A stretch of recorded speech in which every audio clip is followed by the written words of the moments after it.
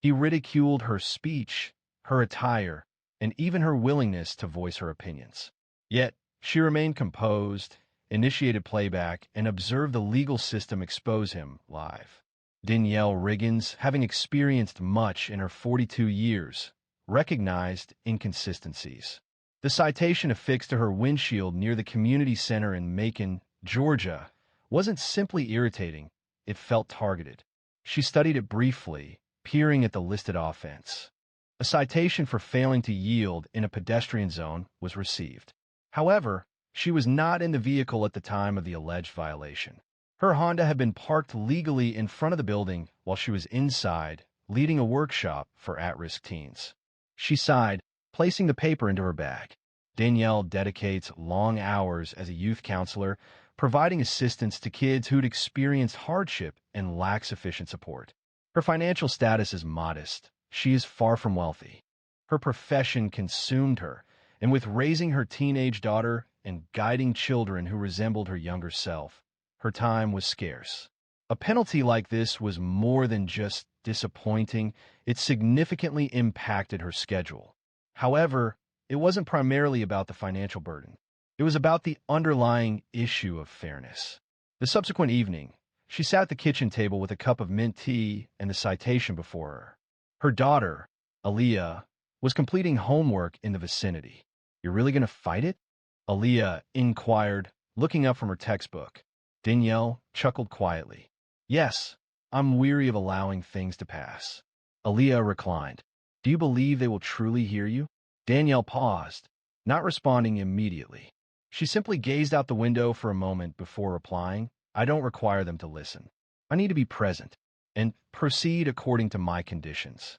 The following Monday, she contacted the municipal courthouse, requested a half day away from work, and highlighted her court date in red pen on the calendar.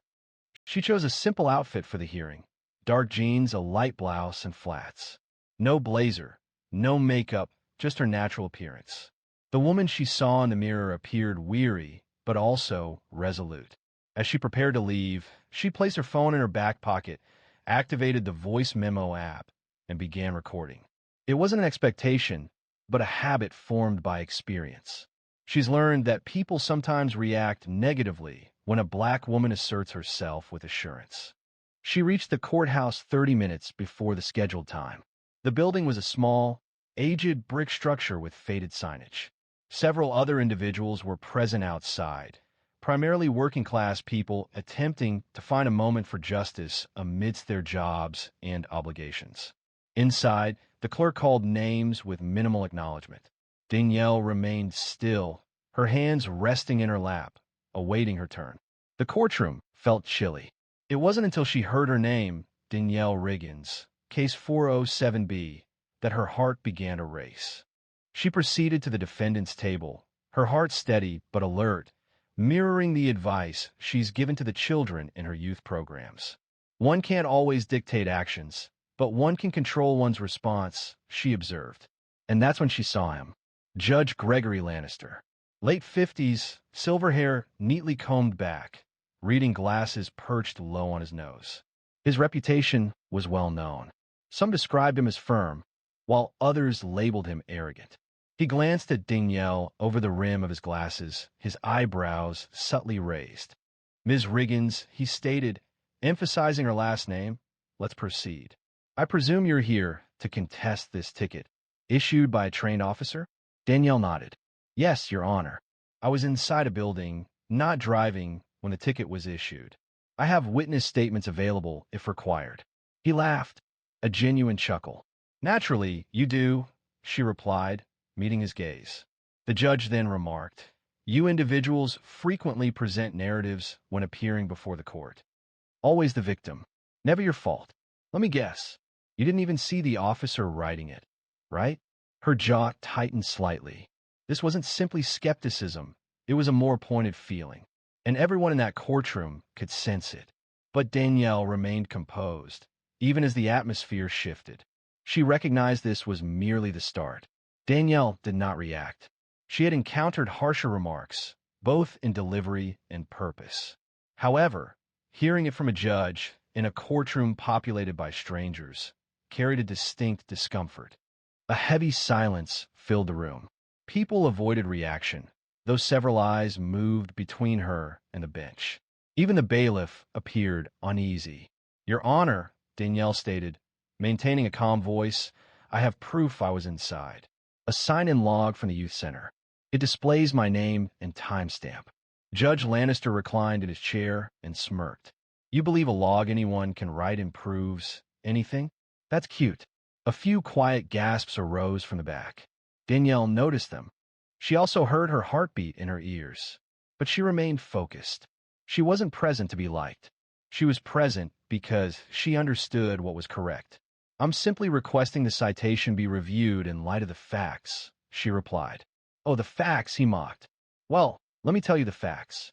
I've been doing this for over 20 years. I've seen all the angles. You people always want the rules bent when they don't go your way." The words landed like slaps. Not just the content, the way he said them. He treated her as if she were a child occupying his valuable time. Danielle remained silent. A response wasn't necessary. He examined her citation once more, leafing through several pages. "What is this?" he inquired. "You didn't even secure legal representation?" "No," she replied, her voice calm. "I am capable of representing myself." A brief, sharp laugh escaped him. "Naturally," he said, turning to the clerk. "Next time, we'll mandate representation. Perhaps that will eliminate the theatrics." A woman seated towards the back, middle-aged and white, holding a traffic ticket herself, noticed Danielle. She appeared stunned and visibly uncomfortable, quickly averting her gaze when Danielle's eyes met hers. Danielle paused, composing herself. She hadn't intended to confront authority, yet she wouldn't allow her dignity to be disrespected. "Your Honor," she began, carefully selecting each word, "I'd like the court reporter to read back your comments." The effect of this request was palpable, noticeably shifting the atmosphere in the room. Judge Lannister blinked. "Please repeat the last few remarks for the record." The court reporter, a young man named Vince, shifted in his chair. "Mr. Tiller," the judge snapped, "we don't have time for this. Just proceed." Danielle remained still. "Then I will replay it myself."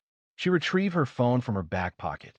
Several people in the gallery leaned forward, curious about what was about to happen. "Ms. Riggins," the judge stated, her voice now firm, "recording in a courtroom is a violation." "I recorded myself, not the proceedings," she responded softly. "It's legal in this state, particularly for personal safety." She indicated the screen. Her own voice played back, quiet and steady. Then his voice followed. Every word was audible. "You people always come in here with stories. That's cute." The statement reverberated in the room, seemingly as if the ceiling had split open. Judge Lannister's expression changed, initially showing confusion, then irritation, and finally something akin to fear. He leaned forward. "That recording is out of order," he stated. "No, sir," Danielle said quietly. "What you said was out of order." A low whistle escaped someone in the gallery, quickly stifled by a hand covering their mouth. The bailiff moved forward but refrained from touching her. He remained silent, positioned between the two, uncertain of his next action.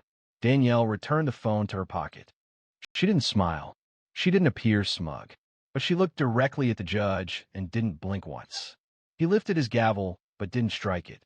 His eyes moved towards the court clerk, then to the bailiff. For a fleeting moment, he seemed to lose command of the room. However, the significant change didn't occur until the recess was called. That's when activity began behind the scenes. The judge announced a 15-minute recess, and the courtroom began to clear. Danielle rose, murmured, extended her limbs. Danielle remained seated. She wasn't finished. Her hands were still, fingers softly intertwined. She showed no tremor. Her composure wasn't rooted in fear. It was a calculated approach. She's worked with numerous children who were disadvantaged by systems that fail to hear them. She consistently advised them to record everything. Even quietude can serve as proof. Now, it was her turn to act on her own counsel. She retrieved her phone once more, this time to initiate a call. Danielle reviewed her contacts and selected one named Ethics Board Local, a number she had saved years earlier following a school board hearing involving one of her students. She hadn't anticipated needing it personally.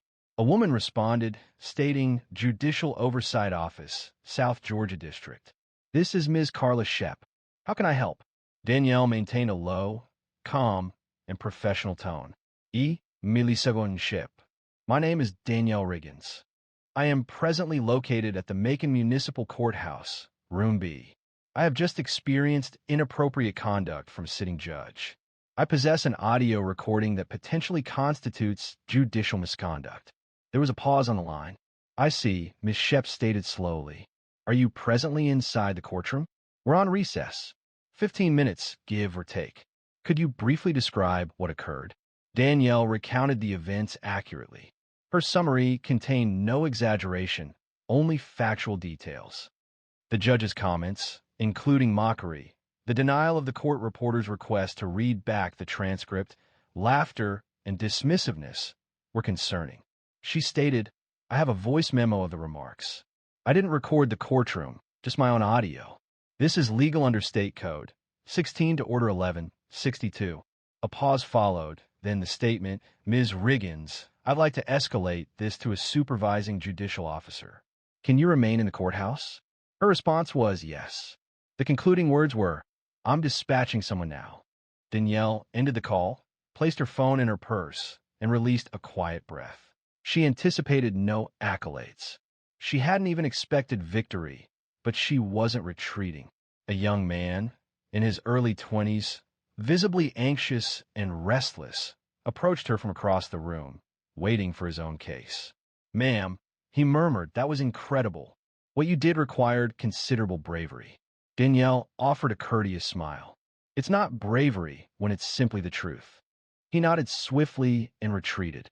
Several others glanced in her direction, not with sympathy, but with interest. Something was different. They sensed it. 10 minutes elapsed. People began returning to the courtroom. The judge was delayed. The clerk appeared anxious. Then the door beside the bench opened, but it wasn't Lannister who entered. A tall woman in her early 60s, dressed in a tailored gray suit with short platinum hair and sharp eyes, appeared. She proceeded directly to the clerk, bent forward, spoke quietly, and then looked up at the courtroom. Everyone, please remain seated, she announced. A murmur spread through the room. Judge Lannister will not be returning to the bench this morning. Danielle remained still. I am supervising Judge Merrill Vaughn, and I will be taking over this docket. She paused. Before we continue, I need to speak with Ms. Riggins privately. Please follow me, ma'am. Danielle stood, straightened her bag, and followed Judge Vaughn through the side door. The hallway felt narrow and was still. Judge Vaughn guided her into a small conference room and shut the door. I have listened to a portion of the recording, she stated without taking a seat. I'm also informed of a previous complaint against Judge Lannister. These details might support an active inquiry. Danielle remained motionless, observing her. I must ask, Vaughn proceeded, will you sign a sworn statement and present the recording as proof? Yes, Danielle responded without pause. Judge Vaughn nodded once. Unbeknownst to Danielle, her voice, recorded during a moment of quiet self-preservation, was poised to trigger events exceeding the expectations of anyone present in that courthouse. Danielle re-entered the courtroom, with Judge Vaughn immediately following. The atmosphere had noticeably changed. Conversations were subdued, and expressions were more attentive. Several individuals who had previously disregarded her were now attentive, observing her with what appeared to be respect, or perhaps curiosity. Regardless of the nature of their attention, she perceived it, yet remained composed. She returned to her seat at the defendant's table as Judge Vaughn approached the bench and addressed the court clerk. Proceeding with Case 407B, she announced, Ms. Danielle Riggins is present. Judge Lannister is officially recused pending review. The announcement settled over the room with a sharp impact. It wasn't simply a brief absence. The judge was gone, and seemingly without return. The thought remained unspoken, yet palpable. Danielle remained still, awaiting further instruction. Judge Vaughn examined the citation and Danielle's accompanying paperwork. This included the witness statement the center's login sheet, and even a timestamp text she had sent to her supervisor when she arrived that day. The judge looked up. "This is thorough, Ms. Riggins. You're clearly someone who values evidence." Danielle nodded once. "Working with young people, I've observed firsthand how things can unravel without proper preparation." There was a slight hesitation before Judge Vaughn responded. "It's a lesson more people should adopt as they mature, a subtle acknowledgement passing between them. It wasn't friendship. It wasn't sympathy, simply recognition. One woman seeing another who chose not to compromise." Judge Vaughn turned the citation over, wrote something, and gave it back to the clerk. "This citation is voided," she stated. Ms. Riggins was released. Danielle did not smile. She merely collected her belongings. However, before she could leave, the judge stated, "For the record, your behavior in this courtroom, considering the situation, was remarkable. You maintained composure and dignity despite an unfortunate series of events." Danielle then permitted herself a brief, weary smile. "Thank you," she said. She departed the room as silently as she had arrived. But the atmosphere outside was altered. The hallway was filled with a palpable sense of unease. A courtroom aide, a young woman wearing dark-rimmed glasses and speaking with a hesitant tone, softly stopped Danielle near the exit. "Are you the one who recorded him?" she inquired, her eyes widening. "I am," Danielle responded. The aide looked around before saying, "You weren't the first. But you might be the one who finally got them to act." Danielle raised her eyebrows a little. "Others tried. There have been complaints," she murmured. "But nothing ever stuck. Either no proof or no follow-through. It was difficult to gain traction until someone possessed the courage and the evidence." Danielle remained silent. She felt no need to speak. Stepping outside, she inhaled deeply. The air seemed heavier than normal, not due to the weather, but because of the events of the past hour. As she approached her vehicle, her phone vibrated in her pocket. A new voicemail had arrived. She pressed play. "Ms. Riggins, this is Agent Walt Desmond with the Georgia State Commission on Judicial Conduct. An initial recording from a Macon courthouse arrived this morning. We need to discuss a possible behavioral pattern concerning Judge Gregory Lannister. Please return our call at your earliest convenience." Danielle rested against the car door. Her intention wasn't to discredit a judge. She came to contest a traffic ticket. However, the truth unfolds according to its own schedule. And occasionally, when you voice a concern, you may inadvertently represent the interests of many others. By sundown that day, Danielle would discover the true extent of the situation. Danielle was halfway home when her phone rang again. She considered ignoring the call while driving, but the number displayed an official-looking area code for 7-8. She pulled over to the parking lot of a small grocery store in Warner Robins, parking under the shade of a faded sign, and answered, "Ms. Riggins, this is Agent Desmond. Thank you for returning the call." His voice remained calm, but was precise, a person who carefully considered words before speaking. "We reviewed the audio," he continued, "and it's clear. Furthermore, it corresponds with prior grievances against Judge Lannister submitted during the last 3 years.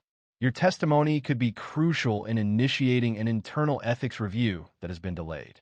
Danielle tightened her grip on the steering wheel with her free hand. "What are the next steps?" she asked. There was more, Desmond added. "An anonymous tip arrived this morning, shortly after your complaint was released on the internal channel.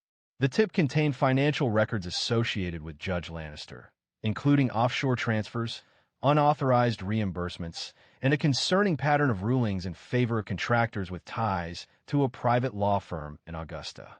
Danielle paused, visibly surprised. Could this be criminal corruption? Affirmative. And with this development, the situation extends beyond a simple personnel issue. It may involve criminal activity. She didn't respond immediately. Desmond continued, "You've already accomplished a lot. If you are willing, we might require a statement. You wouldn't be obligated to testify unless the investigation becomes more serious, and you would receive legal assistance throughout the process." Danielle breathed out, "I will do what is necessary." "Understood," he replied.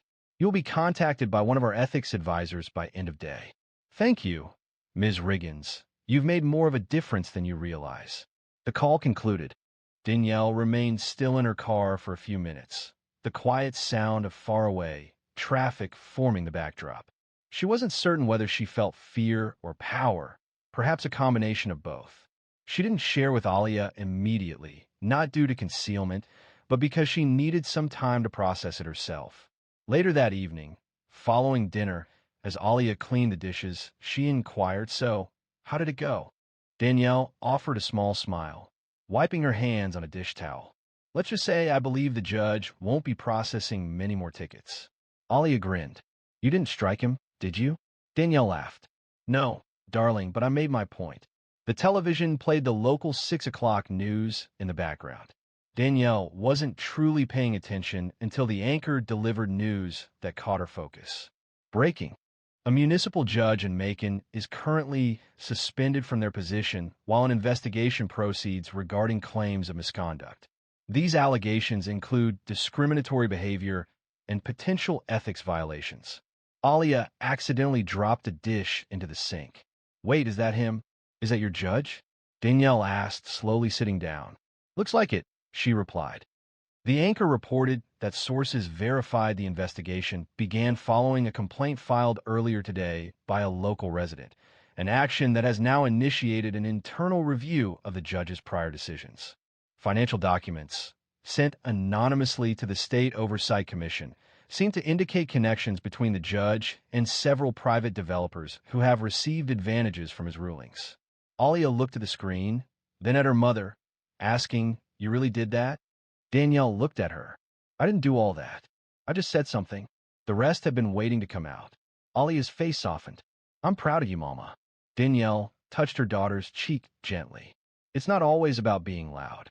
Sometimes it's just about refusing to stay quiet." Her phone buzzed again, this time a text. New voicemail 1 minute long. She hit play. "Ms. Riggins, this is ADA Kendra Malloy from the Bibb County District Attorney's Office. Thank you for providing the recording. Judge Lannister was taken into custody this afternoon for questioning. Currently, the ethics violations are under formal review and criminal charges are being considered. We would appreciate the opportunity to speak further with you if you are available. Please contact me at your convenience." Danielle observed the screen, then looked up. Alia was watching her, eyes wide. "What now?" she asked. Danielle shook her head. "Now, I will call them back." Unbeknownst to her, a significant number of individuals would come forward in the days following, spurred by her resolute stance conveyed through a voice memo and unwavering resolve. Within 48 hours, Danielle's name circulated discreetly among legal offices, community groups, and even local newsrooms, not as a figure of fame, but as an emblem. She had not sought any of this recognition. She continued going to work, continued picking up Alia from school, and continued reminding the boys at the youth center to keep their pants up and their heads higher. However, things around her began to change. The first indication arrived the following week when Pastor Reuben Fields, who ran a coalition for court reform in Central Georgia, called her during her lunch break. "You don't know me, Ms. Riggins," he began, "but I've known about you since Tuesday. What you did. It wasn't insignificant." Danielle was in her car outside the community center, with a half-finished sandwich on her lap. "I didn't do it for attention." "I know," he stated. "That's why people are paying attention." He requested her to speak at a future town hall. A simple request, just a few words about resilience, about respect, about not allowing authority to dominate individuals who are not always able to retaliate. She paused, but ultimately consented. That evening, Alia assisted her in choosing her outfit. Danielle requested a simple event. Alia playfully suggested, while playfully tossing her a colorful scarf, that someone might capture the occasion for Instagram. "Might as well look unbothered and cute," she said. The town hall was unassuming, with folding chairs, plastic tablecloths, a few trays of donated cookies, and sweet tea. Danielle chose not to bring notes. She stood before approximately 50 people, hands by her sides, and spoke as if addressing one individual. "I didn't record that, Judge, because I wanted to take him down," she stated. "I acted because I'd witnessed too many deserving individuals disregarded, and I refused to suffer a similar fate," the audience acknowledged with nods. Several individuals dabbed their eyes. As she concluded her statement, the attendees rose to applaud. Subsequently, an older woman, adorned with a wide-brimmed hat and holding a folder, approached her. She identified herself as Geraldine Baker, a retired schoolteacher. I filed a complaint against that same judge in 2021. She stated, her voice gravelly but clear. They dismissed it, claiming it lacked merit. Perhaps now, someone would listen. Danielle took the folder from her hands. I'll ensure someone does. In the days that followed, Danielle received more calls. A podcast producer from Birmingham, a law student from Emory who wanted to write her thesis on ethical failures in lower courts, and a public defender in Albany who asked if Danielle would participate in a courtroom training session for junior attorneys. She declined most requests, not because she was indifferent. She simply wished to avoid having her name become a hashtag. Her goal was for the children she worked with to view her as the same woman who had taught them resume writing and guided them through difficult conversations with their parents. However, she agreed to certain requests, particularly when she understood how many individuals needed reassurance that they weren't irrational. Activity at the center increased. Contributions arrived from people residing outside of Macon. A woman in Tampa contributed 20 backpacks, along with a handwritten message, for the kids you champion and for the ones you're championing. Thank you, Danielle. Alia seemed to gain confidence, too. One afternoon, she announced, Ms. Brenner had us write in civics class about someone in our community who stood up for justice. I wrote about you. Danielle was surprised, asking, really? Alia replied casually, I was planning to choose John Lewis, but he's the obvious choice. Danielle chuckled. I don't think I'm in his league, Alia remarked. Danielle responded, I think you'd surprise yourself. What truly astonished Danielle, however, was the number of individuals who had been waiting quietly and with patience for another person to initiate action. 3 months later, Danielle was seated on the rear steps of the youth center shortly after closing time. The last of the teens had departed for the day, their laughter still resonating softly throughout the parking lot. The Georgia heat lingered, even as the sun descended, casting shadows on the fractured pavement. She took a drink from a water bottle and allowed her body to recover. It had been a demanding day and a demanding few months. She had presented at 4 panels, completed 2 interviews, and received a volume of inbox messages she couldn't manage. The investigation into Judge Lannister had expanded beyond her initial expectations. Following the release of the financial records, additional complaints emerged, not only from Macon, but also from surrounding counties. Rumors circulated suggesting the district attorney could file formal charges. The story had been featured on a national justice blog, and certain advocacy groups were now referencing Danielle's case in their training programs. However, all of that seemed secondary to what she truly prioritized. That day began with her witnessing Quentin, one of her teens, perform his debut spoken word poem at an open mic. He previously avoided eye contact. Now, he stood on stage, telling the audience, when they try to shrink you, that's proof you're already too big to fit their box. No applause was necessary. That single moment justified all the effort. While she was seated, the center's director, Mr. Lou Bailey, came outside. A large man with gentle eyes and a deliberate pace settled beside her with a soft exhale. You know, he began after a moment, most people wouldn't have acted as you did. Danielle kept her gaze forward. It didn't feel like a decision. He nodded thoughtfully. It rarely does when it's the correct action. We've seen staff depart and arrive, but I've never witnessed this place so lively. You provided these children with a unique experience. She allowed the sentiment to resonate. Occasionally, she stated, I believe I simply felt worn out, weary of holding it back. The man seemed to assume he could address me as if I possessed no value, and for a brief moment, I nearly allowed it. However, I then recalled the advice I impart to these children daily. Maintain your posture, make your voice heard, and I understood that I couldn't request that of them if I was unwilling to embody it myself. Mr. Bailey murmured a subdued, and then rose. Are you prepared to secure the premises? Yes. Please allow me a moment. Once he entered the building, Danielle gazed upwards at the sky. A few stars began to appear, dim and dispersed, yet present. She considered the individuals who had remained silent, perhaps because they believed their opinion wouldn't be impactful, or they feared negative consequences, or they were simply weary. And she understood. She genuinely did. However, someone must initiate action.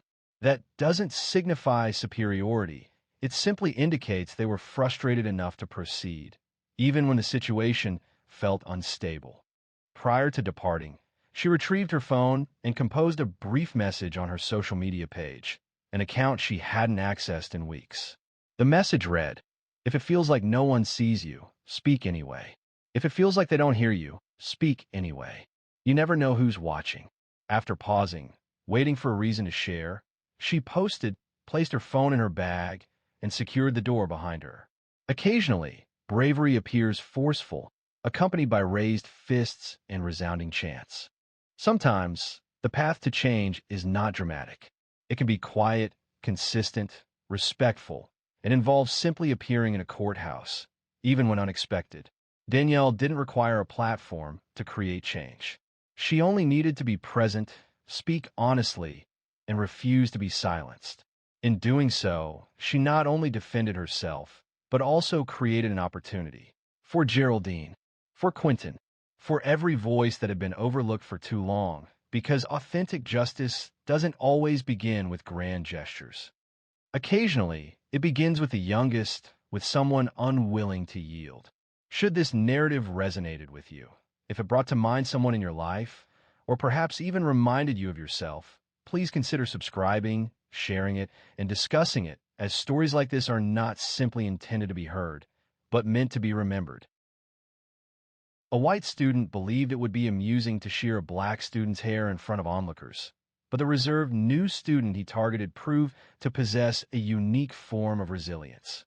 13-year-old Tyrese Reddick requested little when he entered Crest Hill Middle School that Monday morning in Thousand Oaks, California.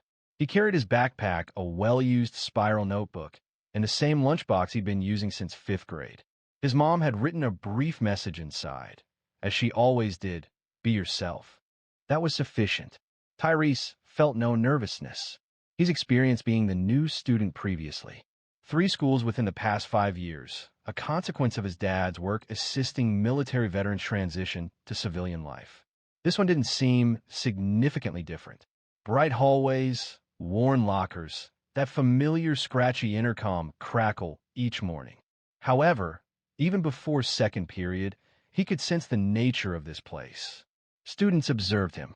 Not everyone, but a noticeable number. The long locks, carefully twisted and pulled back, distinguished him. He carried himself with quiet confidence. He avoided ostentation, opting for a simple style, clean sneakers, a tucked-in shirt, and earbuds during the bus ride. Yet, his presence was noted.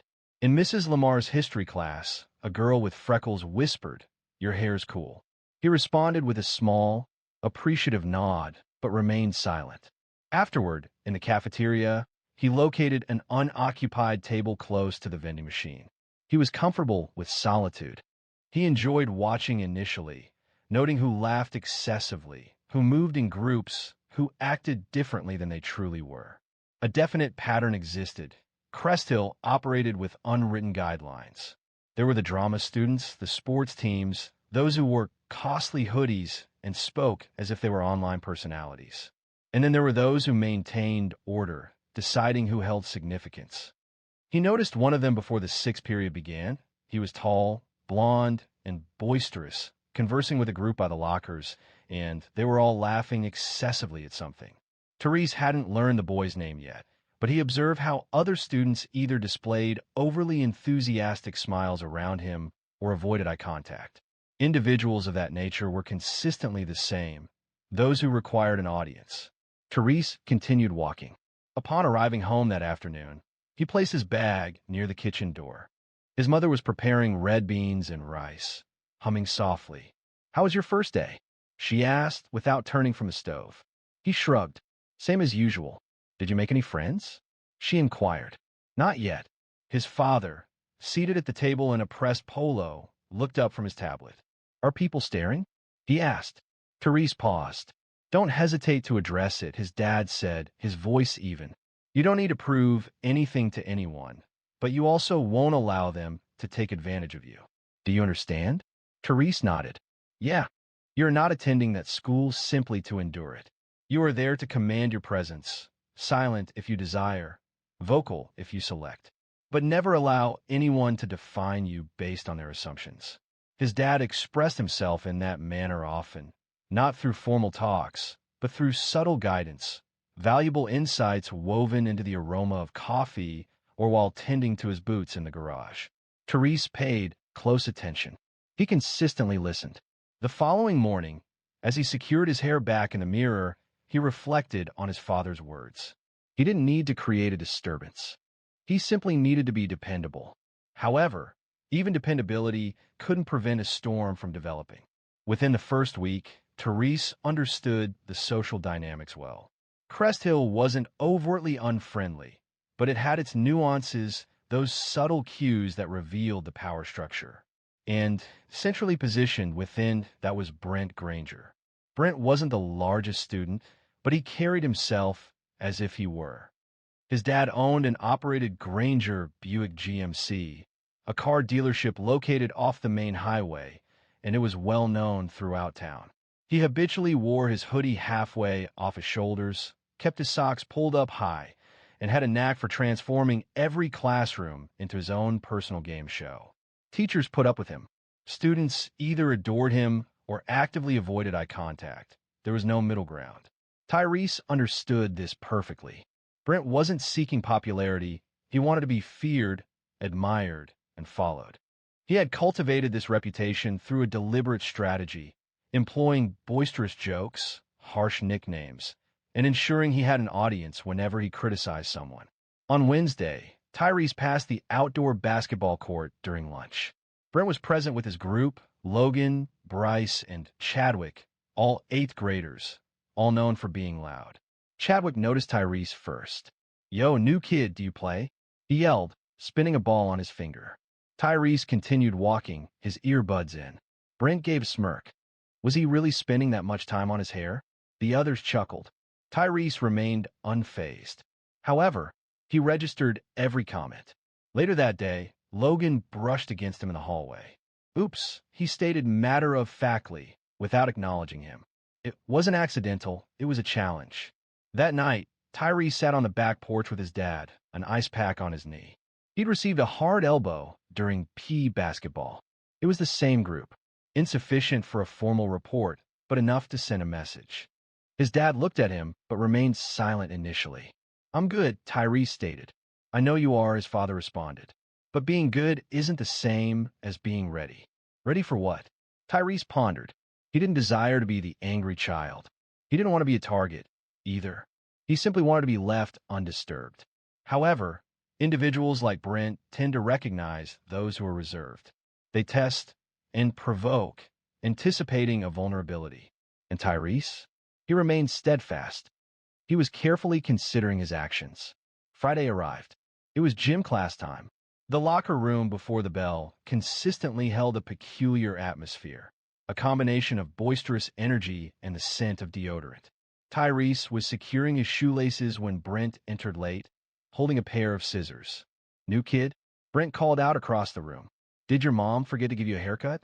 Therese remained silent, continuing to tie his shoes. Man, you're sporting a whole jungle on your head. Several students laughed. A few appeared awkward, but offered no comment. Then Brent approached.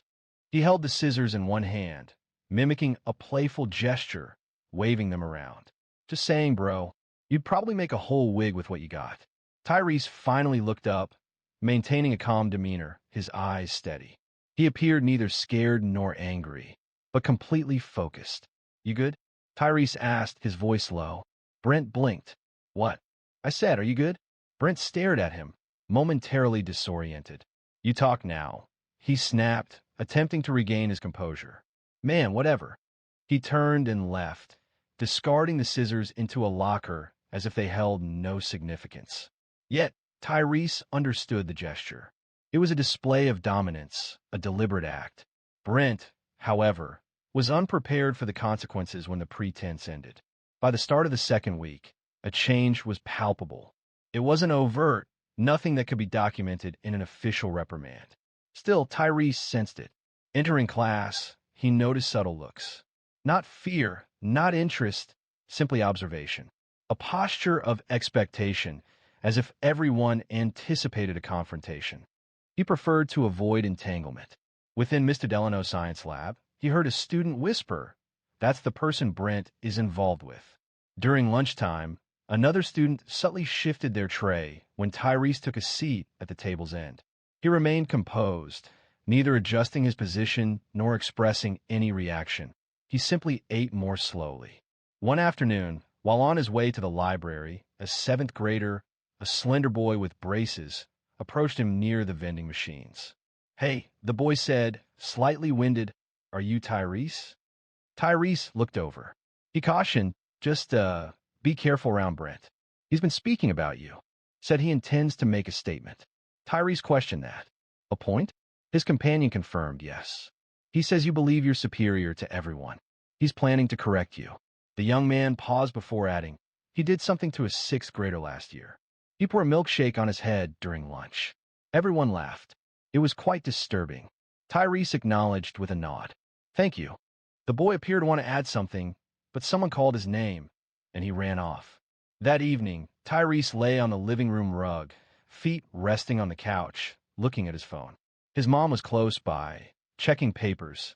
"Something on your mind?" she asked without looking up. He hesitated. "Have you ever had someone harass you just to see you react?" She set down her pen and turned to him. "You mean like bullying?" "I mean like they notice you don't join their games, so they force you into one." She paused, allowing the words to linger. "I've encountered individuals like that before," she remarked. "In college, even during my first teaching job, some people struggle to grasp peace unless it aligns with their expectations." He responded, "You maintain your principles. You acknowledge your identity, and you refuse to allow others to compromise your stability." He nodded in agreement. His father entered the room, wiping his hands with a towel. "Do you wish to speak with me?" he inquired directly. Tyrese observed them both, then straightened up. "I thought," his dad said, settling into the chair opposite him. "Is that the boisterous one?" "Yes." "What is he doing?" "Nothing yet. Just comments. Bumping into me. Talking as if he's seeking a reaction." "Is it effective?" Tyrese shook his head. "No, but it's becoming tiresome." His father leaned forward. "Let me tell you something," he said. "The world is full of kids like Brent. It doesn't matter if you're 13 or 30. Some of them have loud voices. Some wear uniforms. Some hide behind keyboards. They all behave similarly. They test and challenge you, attempting to provoke a reaction, either a rash response or retreat," he indicated by tapping his finger on the coffee table. "You refrain from either action. You remain composed until they acknowledge they're confronting an unexpected challenge." Tyrese looked at him. "Can I strike him?" he inquired.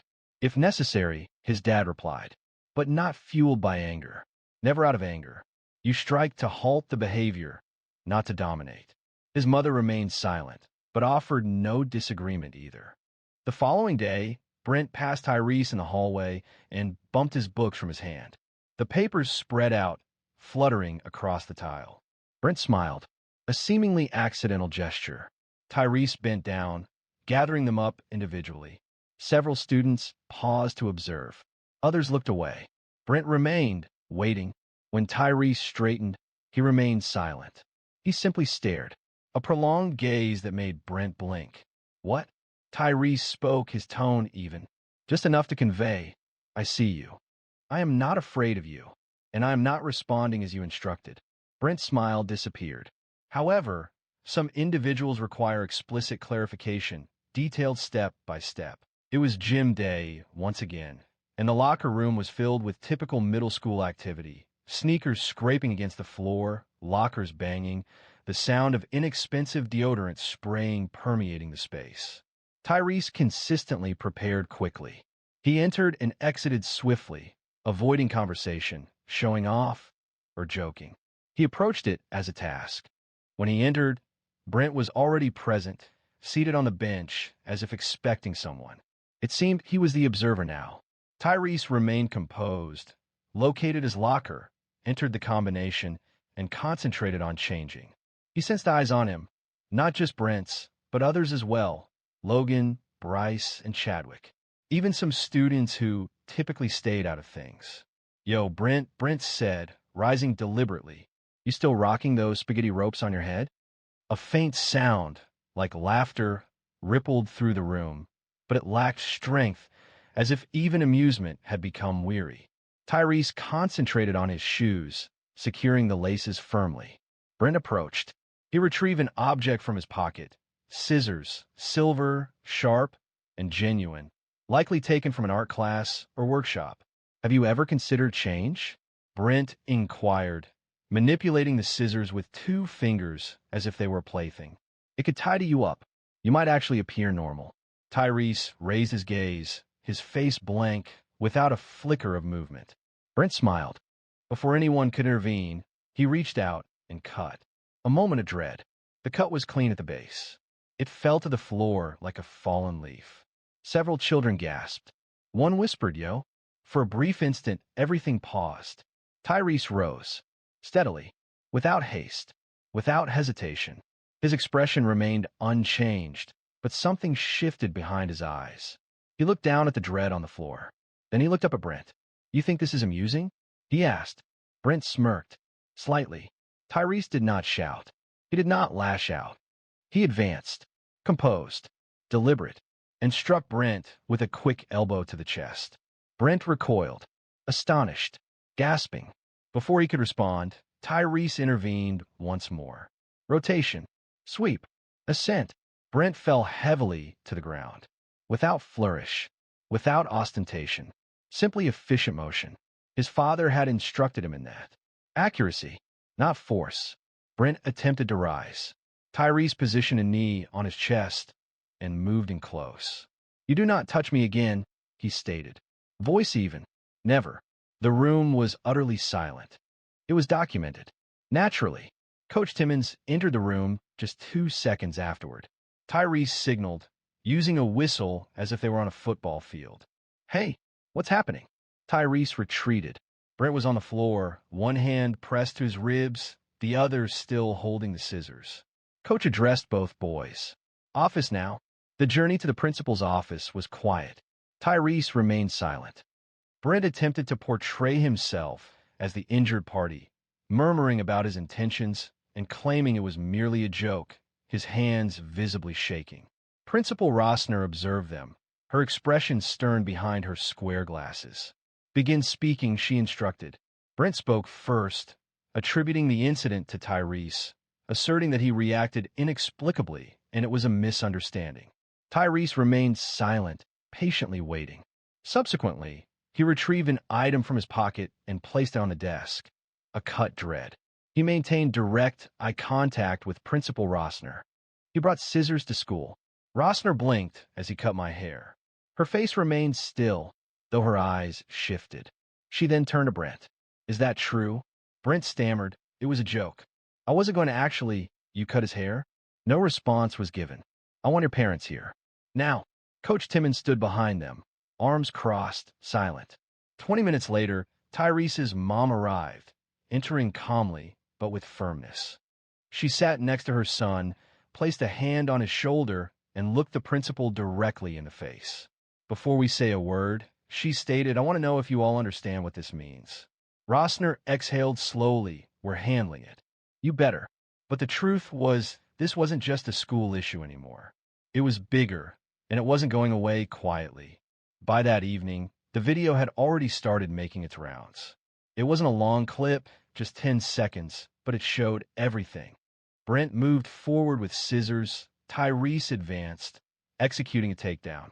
Following that, there was a close-up shot of Tyrese leaning in, appearing composed and resolute.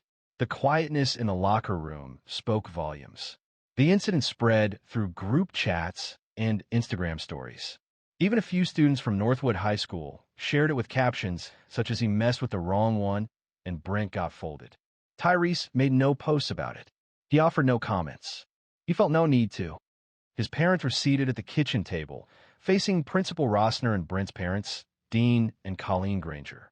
Dean was wearing an expensive watch and a blazer with jeans. Colleen had sunglasses resting on her head, as if she had just left a country club brunch. Let's be clear, Dean stated, attempting to take charge of the discussion. Our son made a mistake, but it was simply a prank. Boys his age do not always grasp boundaries. Cutting someone's hair is assault. Tyrese's mother responded, her tone sharp. Not a prank. Dean questioned the situation. Tyrese's dad moved closer. Let me explain, man. I served in the Marines. I've led squads in countries you couldn't find on a map. You know what isn't tolerated, regardless of location? Disrespect, particularly when it's masked with explanations. Colleen moved in her seat. We're just suggesting that maybe your son reacted excessively.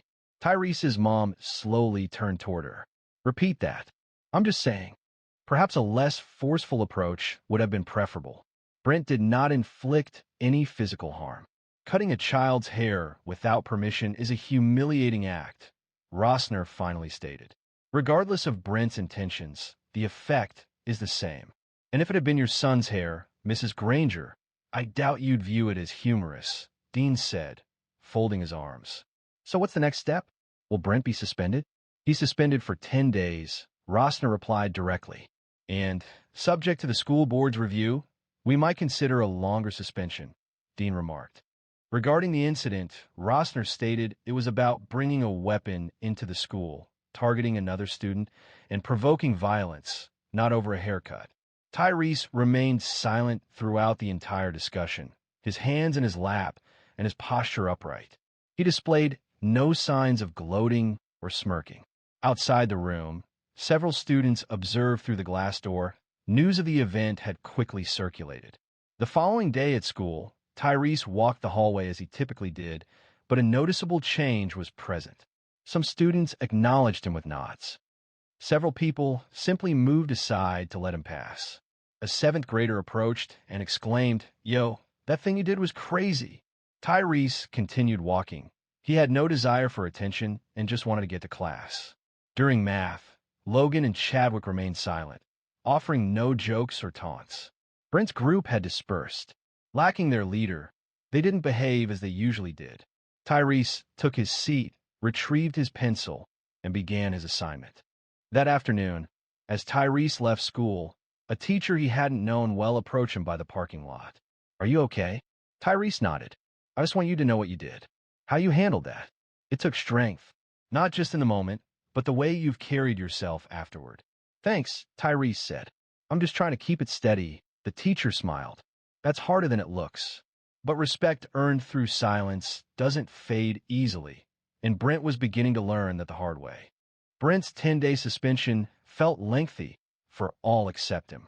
As he remained at home, restricted and disheartened, the school continued. He had anticipated students would support him, perhaps dismissing the situation as they typically did. However, a shift occurred. Students weren't simply avoiding him. They were discussing him. Murmurs in the hallways, uncomfortable pauses in group chats, videos circulated with captions such as "Not so tough now" or "Play stupid games." Brent's reputation suffered a significant blow. It fractured. Tyrese continued to be consistently present. Headphones on, locker tidy, assignments completed punctually. He avoided any displays of arrogance or a triumphant demeanor. However, his presence felt more substantial now. Not intimidating, simply resolute, as if he was unyielding.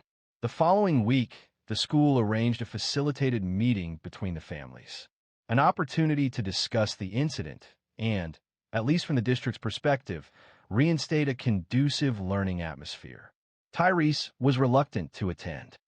His parents advised him, sometimes the most impactful action is simply being present. And that's what he did. They convened in the counselor's office. It was a small room with a circle of chairs that didn't match. Brent entered with a tense neck and a wounded sense of self. He avoided eye contact with Tyrese. His mother appeared more irritated than regretful. His father wore the familiar smirk, as if he were attending out of duty, not thought. Ms. Harrell, the school counselor, inhaled deeply. "We're not here to revisit what occurred. Our intention is to allow everyone the opportunity to share their feelings and discuss how we can proceed. She addressed Brent. Would you like to start? Brent adjusted in his chair. I was simply joking around. There was no intention behind it. Tyrese remained silent. Brent continued. I didn't realize it would be such a significant issue. Tyrese's mom raised an eyebrow. She stated that cutting a boy's hair is a deeply personal act, particularly when that hair symbolizes something beyond mere appearance. Brent mumbled, I wasn't aware of that. Tyrese's father stated, you didn't care to know. That's the difference. Ms. Harrell then addressed Tyrese, asking, would you like to say something?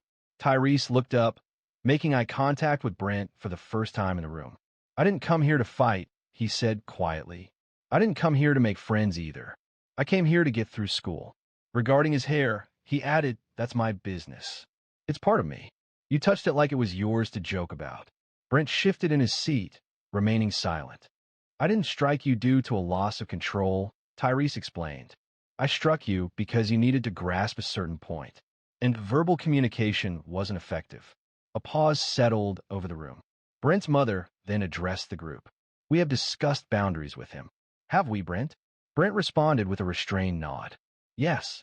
Ms. Harrell added, occasionally, consequences provide more valuable lessons than spoken words. She then turned toward Tyrese. Are you satisfied with the current situation? Tyrese gave a slight shrug. I do not require an apology. Brent raised his head. I do apologize, however. Tyrese observed him, not with the intention of causing Brent discomfort, but to understand his delivery. Frankly, Tyrese didn't detect much substance behind the words. Okay, Tyrese stated finally. Then carry it. Carry what? Brent asked, puzzled.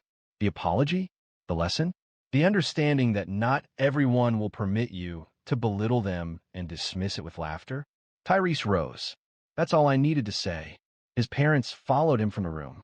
In the hallway, his father placed a hand on his shoulder. You didn't fight in that room, he said, but you still reacted. He continued, but the thing about true strength?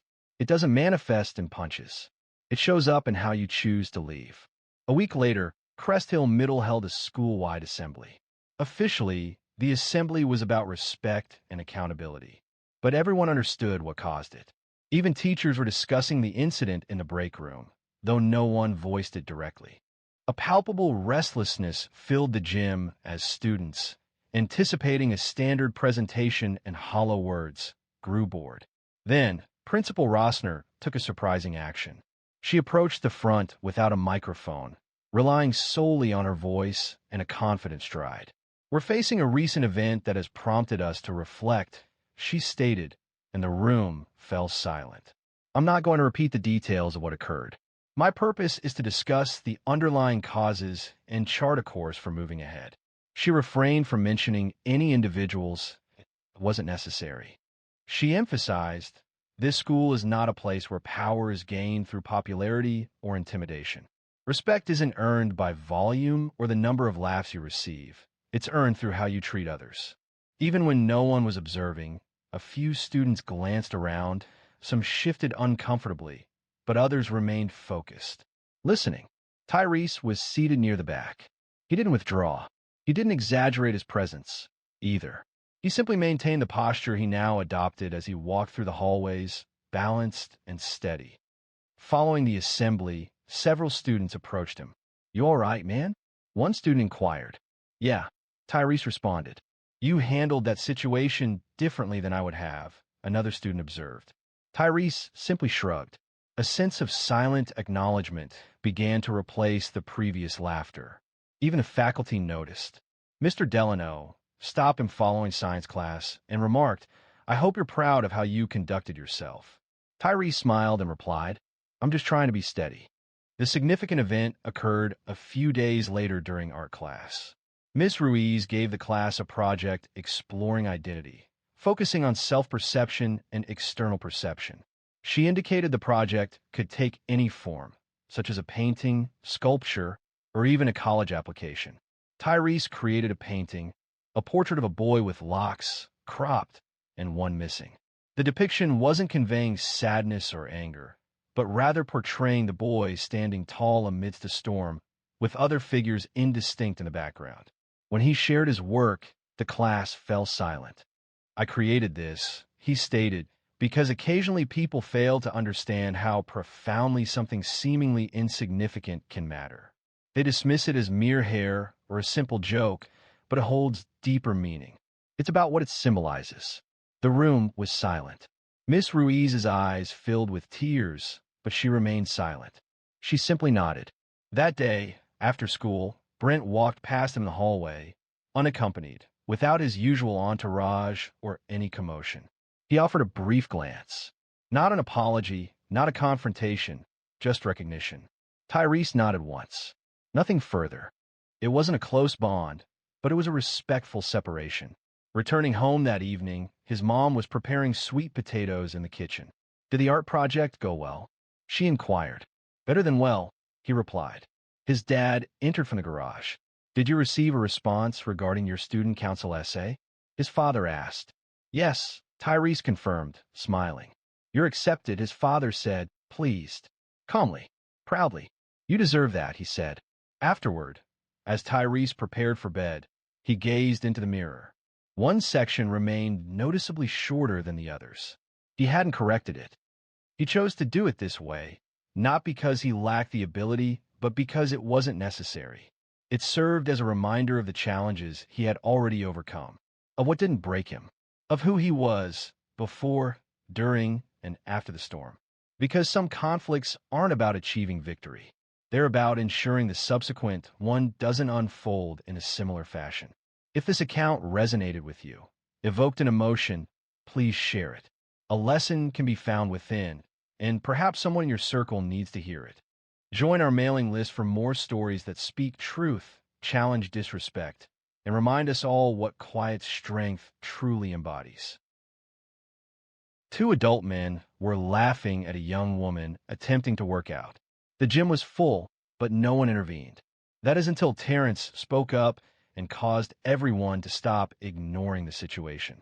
The familiar scent of sweat and rubber filled the air.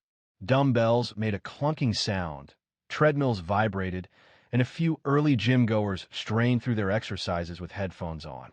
It was a little after 7 a.m. at Ironworks Fitness in Knoxville, Tennessee. A typical Tuesday for many, but for Terrence Roy, it was leg day. Leg day held a special significance. He was finishing up wiping down the leg press when he noticed her.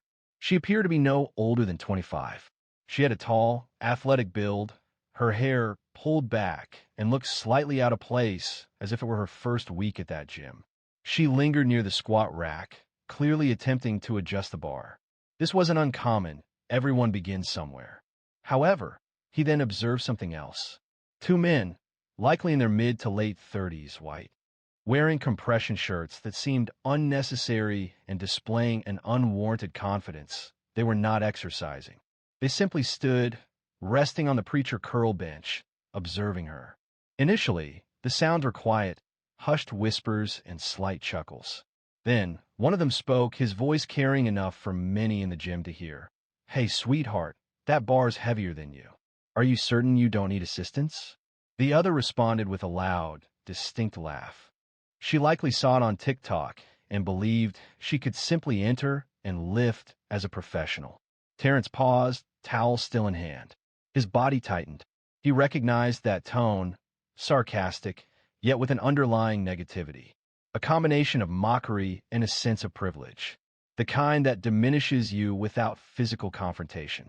The woman remained silent, continuously adjusting the bar, her gaze fixed forward. A subtle tremor ran through her hands. She inhaled deeply, as if suppressing something. Terrence surveyed the room. Approximately 15 people were present. Some had overheard something. He observed this by their reactions. A man wearing a red hoodie glanced at his phone, feigning disinterest. A woman near the ellipticals seemed uneasy, but remained silent. There was no movement, no vocalization. He settled onto a nearby bench, observing for a moment longer. Then, the realization struck him. This was bigger than just those two individuals and their inappropriate remarks. It concerned everyone present, including him, as they observed the event unfold and remained silent. Such incidents hadn't been uncommon in a location like this before. However, it may have been the first instance he found impossible to overlook. He rose deliberately, secured his water bottle, and approached. "Hey," he stated, his voice composed yet resolute. The two men turned. One displayed a smirk. "Talking to us?" The taller one questioned, raising his eyebrows. Terrence affirmed. "Do you find it amusing to harass someone while she's attempting to train?" The shorter one shrugged. "Relax, man. We were just joking," he said. "She didn't laugh," Terrence said, shifting his gaze towards the woman. She shook her head softly. Several heads now turned. A man pausing between sets looked up. A staff member behind the counter moved closer, listening. The taller man folded his arms. "Your father or something?" he asked. "No, just someone who's tired of people thinking this kind of thing is acceptable." A silence descended, thick and tense, yet he remained still. "Look, man," the shorter one began, his earlier confidence diminished. "We didn't intend any harm." Terrence acknowledged, "Yeah, that's the issue," but the room remained unresponsive. He sensed an underlying tension, a peculiar quietness born of people feigning ignorance of what they had clearly heard. A palpable tension filled the room, as if everyone was holding their breath, anticipating how much further it would escalate before someone intervened. That's the feeling at Ironworks. Terrence remained still, and so did the two men. The taller man, identified as Kyle by his bright blue gym badge, still wore a tight smirk, though his arms were now folded across his chest, a less overtly confident posture. The shorter man, Bryce, had taken a step back, as if uncertain if a confrontation was imminent.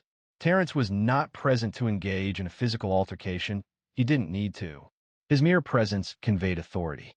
And for a man like him, 40 years old, with 2 children and 2 decades of maintaining composure in tense situations, he had learned that sometimes remaining still could be the most impactful action. But he also observed something else. Still, few people intervened. Some glanced up, then looked back down as if they had mistakenly chosen the wrong performance and wished to change channels. Others appeared uneasy, seemingly hoping he would cease and move on, and it stung him. Not because he anticipated assistance, but because he understood how readily people could retreat behind their earbuds or phone screens when situations became complex. One man, likely in his mid-50s, sat on a bench pressing dumbbells. He shook his head, not at Kyle or Bryce, but at Terrence, as if he were the issue, as if speaking out was more troubling than the inappropriate comments being made initially. The young woman, who had been silent, now sat on the edge of the squat rack platform, pretending to tie her shoe, even though it was already secure. It was a way to keep occupied, a way to avoid looking at anyone. She wished she wasn't involved in this situation, but she already was. Terrence took a deliberate breath. He angled himself, just enough so his voice would reach everyone. "You all heard what they said, and you observed how she reacted." He spoke, not yelling, but ensuring his voice carried throughout the room. If someone addressed your sister, your daughter, your friend in that manner, would you remain silent? Still, no response. Kyle appeared to be about to speak, as if he had a clever retort prepared. However, only a tense jaw and narrowed eyes were visible. Bryce moved again. "Listen, man, nobody intends to provoke a conflict here." Terrence nodded, seeming to reconsider. Lauren, the gym manager, who was in her mid-30s with a blonde ponytail and a name tag, approached from behind the front desk. She moved deliberately, appearing somewhat apprehensive. It seemed she anticipated complaints and was carefully assessing the situation. "Is everything okay here?" she inquired, her gaze shifting between the men. Terrence responded, "Just clearing something up." Kyle interjected, "This dude thinks he can tell us what to say to people now." Lauren observed him, then the woman who remained near the barbell. She understood, perhaps not immediately, but sufficiently. "Well," she stated cautiously, "we don't permit harassment here. If anyone feels disrespected, that is something we must address seriously." Bryce laughed dismissively. "Harassment?" he remarked. "We said one thing," he added. Terrence interjected. "That was enough." A silence followed.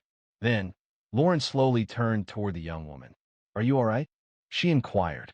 The woman rose, silent but composed. She stated she was only here to exercise.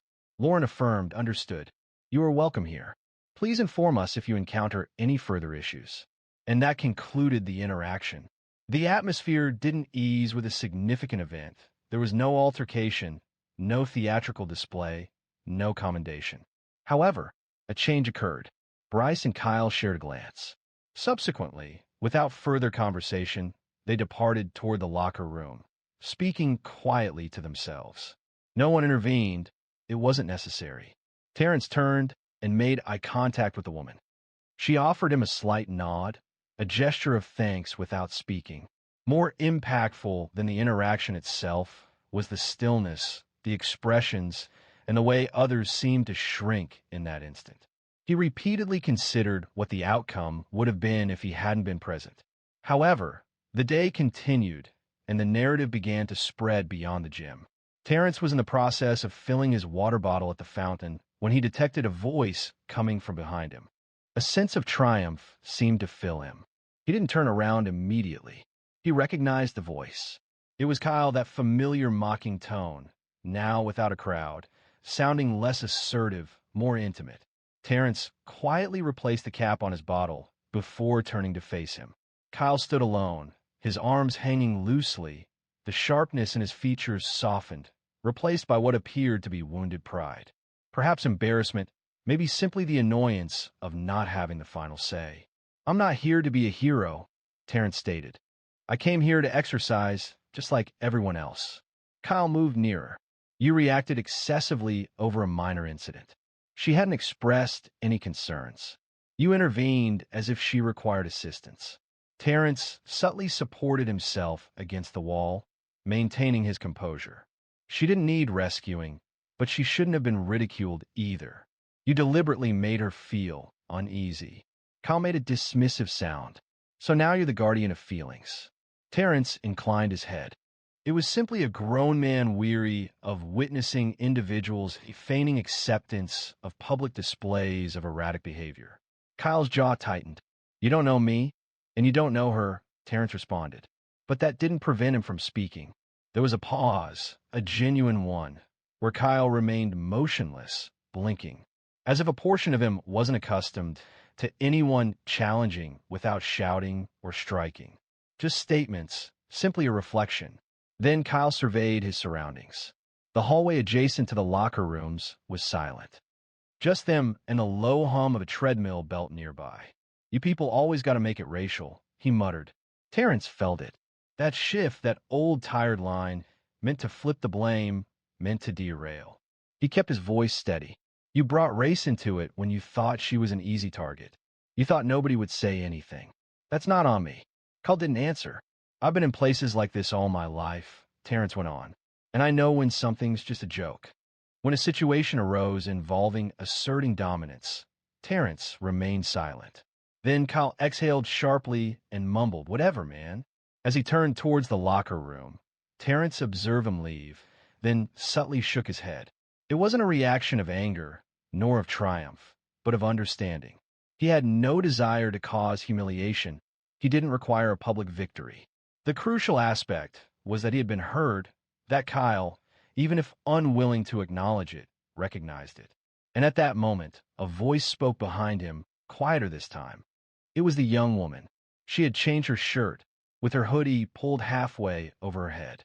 Thank you, she said, her voice almost a whisper for saying something. Terrence gave a small smile. You're welcome. I didn't know what to do, she added. I just froze. That's okay, he said. You don't owe anyone a reaction. That's the thing nobody tells you. Sometimes just making it through moments like that is enough. She nodded. I'm Janelle, she said to Terrence. They shook hands. Do you come here often? She inquired, with a slight amusement at how predictable it seemed. 3 times a week, he stated, in the morning before work. She responded with a smile. It appears I will begin arriving early as well. Then, she proceeded towards the exit. There were no tears, no dramatic display of emotion. Simply a moment of quiet understanding between two individuals who now had a shared experience. However, As that phase concluded, another development had already begun to unfold beyond the gym's confines. By the time Terrence arrived home that evening, the children were already partially through dinner. Sonia, his wife, balanced a laptop on her knee while guiding their youngest through spelling homework, as was typical for a weekday. It reminded him that everyday life continues regardless of significant events that occurred earlier. However, the burden persisted as he entered. He attempted to shed it at the gym, to release it while driving. But such experiences don't always remain where they originate. They travel with you, subtly. How was the gym? Sonia inquired while serving mashed potatoes for their son, Caleb. Terrence paused. It was peculiar, actually, that prompted her to look up, her eyebrows raised. He recounted everything to her. He presented only the facts, without embellishment or exaggeration. What Kyle and Bryce had said, how no one intervened initially, and how he ultimately did. He described Janelle's reaction, the discomfort, and the ensuing silence. Sonia listened intently, chewing deliberately and maintaining eye contact. Upon his completion, she leaned back and released a breath through her nose. "It's the typical situation," she remarked, not dismissively, but with a weary tone, a recognizable tiredness. "I understand," Terrence responded. However, something about today felt different. "Do you mean the fact that you were the sole person to comment?" she inquired. "Yes, that," and he hesitated. "I observed how many people listened and remained silent. Because that's often the way things unfold," she stated, rising to rinse a plate. "People avoid involvement. They desire to prevent uncomfortable moments. They're apprehensive about speaking up and becoming entangled. Some believe it's not their concern." He nodded slowly. "It shouldn't be typical," he thought. "It shouldn't," she replied in agreement. However, it was later that night, after the children were asleep and the house was still, when Terrence checked his phone. Alerts appeared from a local Facebook group he followed, Knoxville Fit Life Community. A post detailed the event. "Saw something crazy at Ironworks today. A man stood up for a woman being teased by two guys at the squat rack. There was no violence, just a direct challenge, which is commendable." The post already had over 100 comments. Some users expressed praise for the individual. Others inquired about the situation. A few responded with predictable reactions. The complete details are unknown. It seems people are easily offended these days. Humor is no longer tolerated.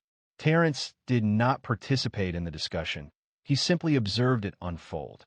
A short clip was even posted, a shaky, 3-second phone video showing him standing in front of Kyle and Bryce, his back to the camera.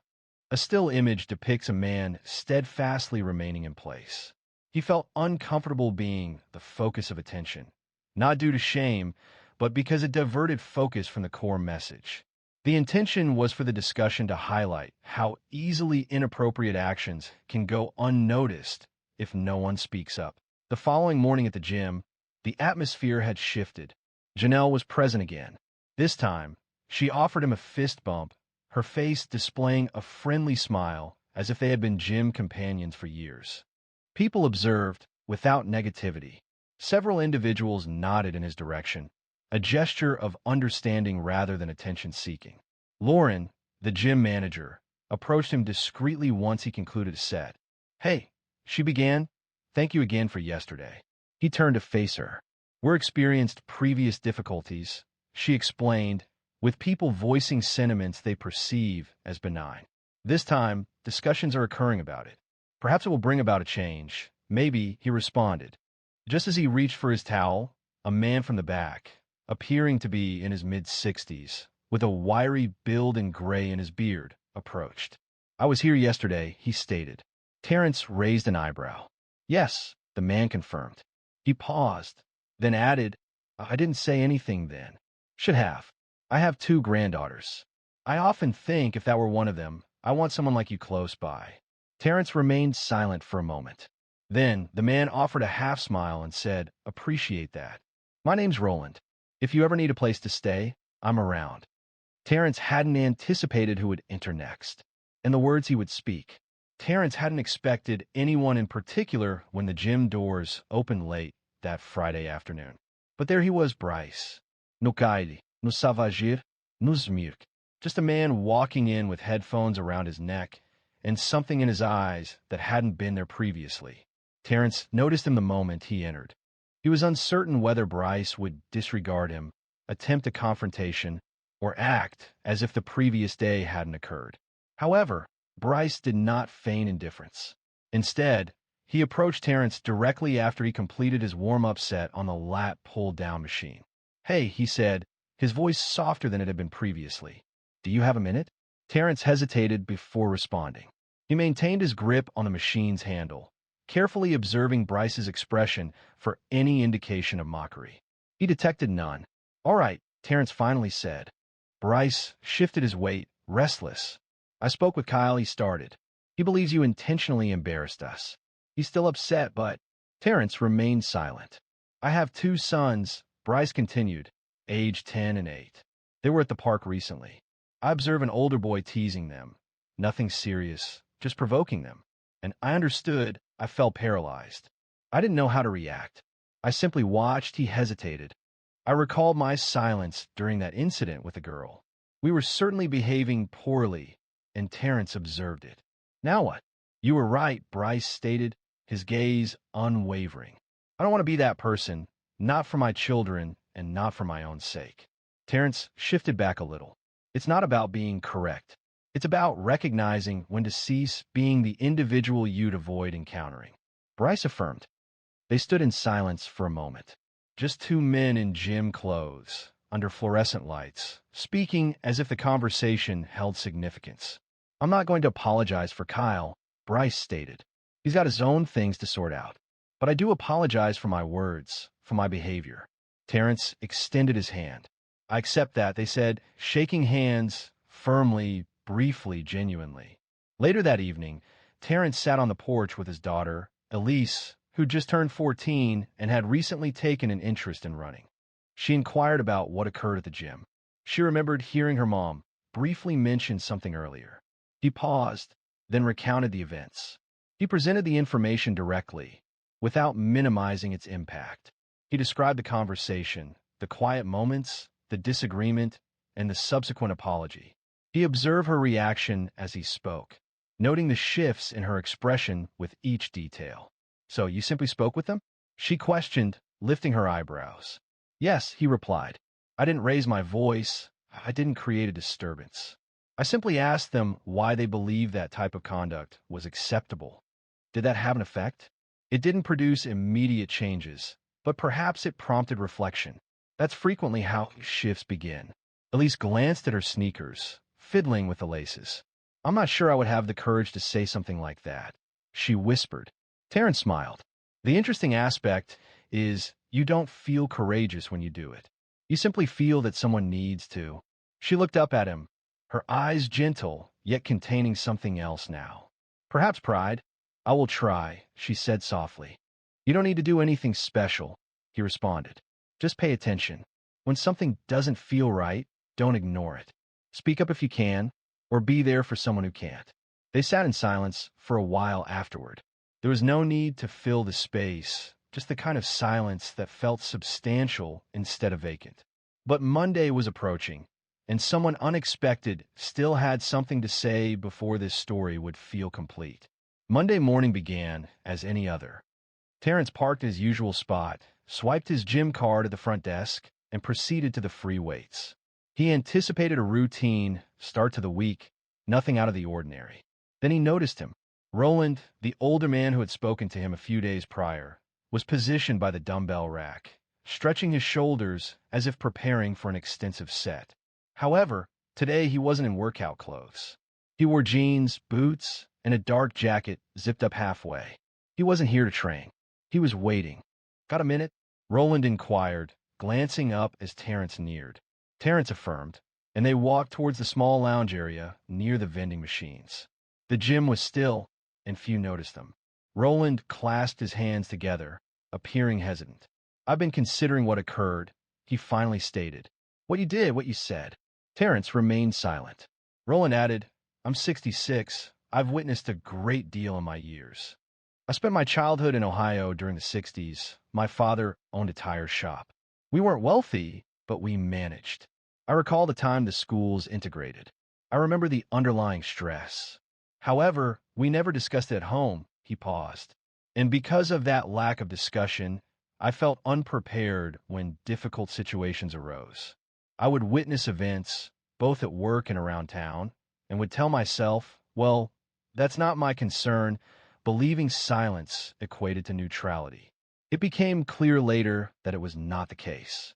Terrence listened, remaining silent. Roland's voice lowered a little. The day you spoke to those men, I was present. I was 2 benches away. I heard everything. Terrence nodded slowly, and I assumed you noticed. I felt compelled to intervene. I truly did, but I couldn't speak. I remained motionless. He reacted with a shake of his head, and I'm still regretting it. Terrence moved closer. You are here now. That has value. Roland exhaled. I have grandchildren, 2 girls and 1 boy. The girls are of mixed heritage. My daughter married a black man, a good guy who teaches 6th grade. I often think about them. If they had been in that gym and someone had spoken to them in that manner, I would want someone like Terrence present, someone who wouldn't remain silent. The room felt different now, not negatively, simply more substantial. I've expressed sentiments in the past that I regret, Roland admitted. I've allowed certain things to go unaddressed that I shouldn't have, but I am striving to improve. That's why I came today, to offer my gratitude and to assure you that I will speak up in the future. No more hesitation. Terrence finally smiled. That meant more than you probably realize. They shook hands again. This one felt different. Not a gesture of thanks, but a recognition of a new understanding. I might even start working out again, Roland added with a chuckle. Terrence grinned. Start with light weights. Don't go breaking something. They both laughed, and the tension in the air finally eased. Following Roland's departure, Terrence stood near the mirror wall, a towel draped over his shoulder, and observed the room for a brief moment. It was the same gym with the same walls. Yet, it felt altered, not due to any sudden improvement in everyone's abilities, nor because of the eradication of racism, but because of a subtle change. One person spoke, another listened, a third reconsidered their perspective. It wasn't a complete transformation, but it represented a difference. And sometimes, a small difference is enough to initiate progress. Even with everything, the true understanding didn't come until Terrence saw what his daughter posted later that night. It was approximately 9:30 when Terrence finally sat down on the edge of his bed. Shoes kicked off, lights dimmed, the soft hum of the hallway fan in the background. Sonia was reading, legs curled under the blanket, her glasses sliding down her nose. He grabbed his phone to check a few messages before bed, and that's when he saw a new post from Elise. He clicked. It was a selfie. An ordinary picture, her hair pulled back, no filter, wearing her school hoodie. But it was the caption that stopped him. My dad stood up for a stranger this week. He didn't yell, he didn't throw hands, he just spoke up. And that was enough to make people think, including me. I used to believe keeping quiet made you neutral, but I was wrong. Silence has side. I hope I'm brave like him when it matters. Terrence stared at the screen, not because he was surprised by the message, but because it was so confident and direct. It had come from his teenage daughter, the one who used to feel anxious requesting ketchup from a server, the one who once cried when she had to recite a poem in front of her class. And now she was sharing words like that publicly. He glanced at Sonia and gave her the phone. She read it quietly, then smiled without looking up. You seem to notice she's observing your actions, don't you? Terrence sighed. I'm mostly just attempting to make it through the week. She responded, setting the phone down on the nightstand. You're managing better than that. He reclined, gazing at the ceiling, allowing the feeling to linger. Everything that transpired in the last few days, Kyle, Bryce, Janelle, Roland, Elise, all began with a single choice.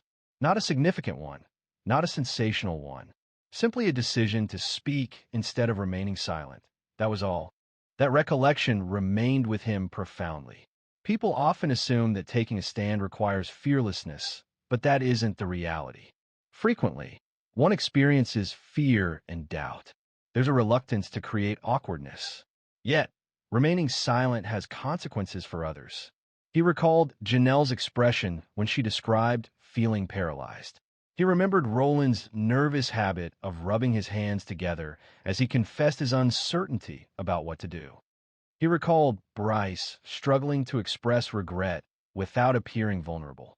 And he mused, this is the beginning, not with elaborate pronouncements, not with online condemnation, but in tangible locations with genuine individuals who opt for the somewhat more challenging course of action.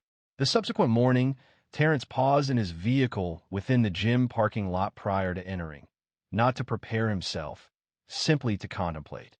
Afterward, he retrieved his phone and composed a message. It wasn't intended for widespread dissemination. The goal wasn't validation, it was simply sharing a truth. Significant impact doesn't require a grand gesture. It involves acknowledging injustice and speaking out, regardless of fear or isolation. That's where progress begins. He published the message and exited the vehicle. It was another Monday, another workout, but with a feeling of lightness he hadn't experienced previously. Many people have experienced moments similar to those described. If you've hesitated in the past, remember you have future opportunities. The important consideration is, in those future instances, how will you respond? Speak out, even when it causes discomfort, even if the matter seems minor.